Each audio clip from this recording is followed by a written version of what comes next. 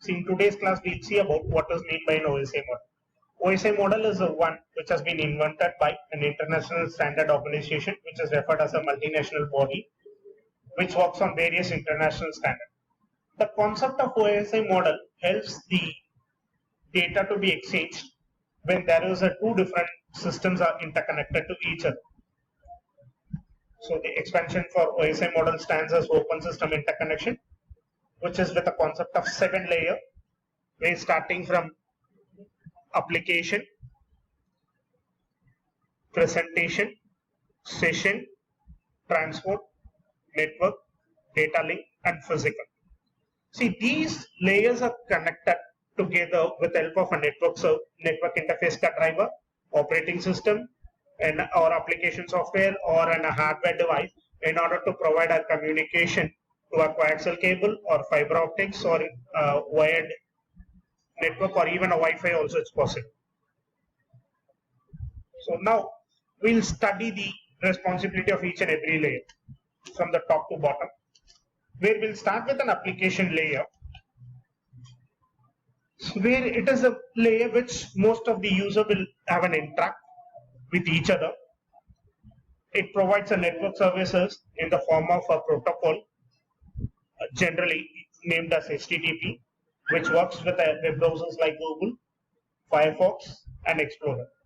See, other user application which employs the concept of your application layer is Skype, Outlook, and Office 365. As it is a user interaction which allows the data to be exchanged between an application layer as well as a presentation layer, or in the vice versa it can. Now let us describe the functionality of the layer number 6. We call it as a presentation layer, where it provides you a syntax processing is happened now. And for example, now just consider that you are applying or you are buying some sort of a data, buying some sort of things from the online. So what we'll be doing is that we'll be going back to the browser and we'll be typing the content, we'll be typing the website name, and once if that website is open, we'll be searching the product which we need to buy. See, once we search in the product, we'll be clicking on that particular product. See, once if I click on that particular product, what will happen is that the entire thing what I'm going to click will be converted into a digital form, which will be understood by the machine, and then it as shown in the figure, and then it will be encrypted and it passes through the system and where it reaches the internet.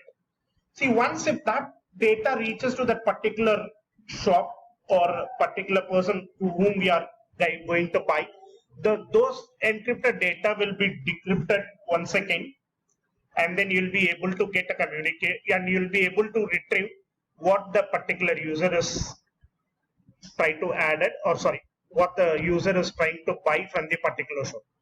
See, once this process is done, the layer can send the data either to application layer or the layer can send the data to the session layer.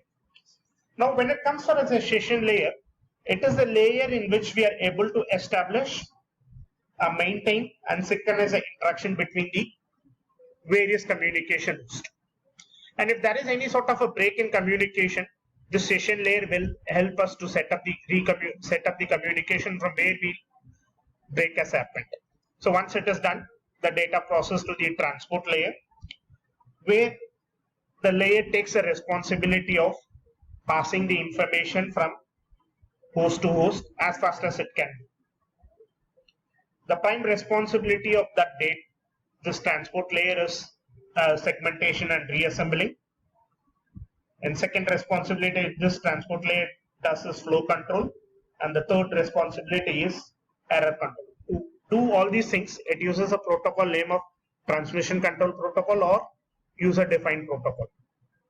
See, once the responsibility of transport layer is over, either it passes the information to the session layer or it passes the information to transport layer. It depends on whether you are sending the information or you are receiving the information. So now let us take up the network layer. So this takes the responsibility of transmitting the message from source to destination. So by converting the messages into packets and passing it to a device called a router, it takes the entire responsibility to give you confirmation whether the data which I have transmitted is reached to the destination or not with the help of a protocol called internet protocol. See, basically the internet protocol works with the logical addressing, whereas these logical addressing are going to be controlled by the protocol called address resolution protocol. Once it is done, the data will be passed to the either to the transport layer as a network layer.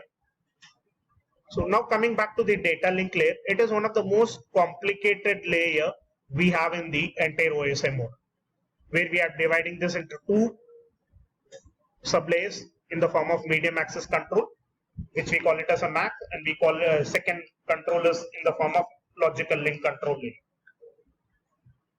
So these layers have a responsibility of making the data into frames before checking for any sort of transmission error occurred or not. See, once a transmission error is detected, it corrects and then put it up in the proper frame and then goes for retransmission. See, when the transmission is happened,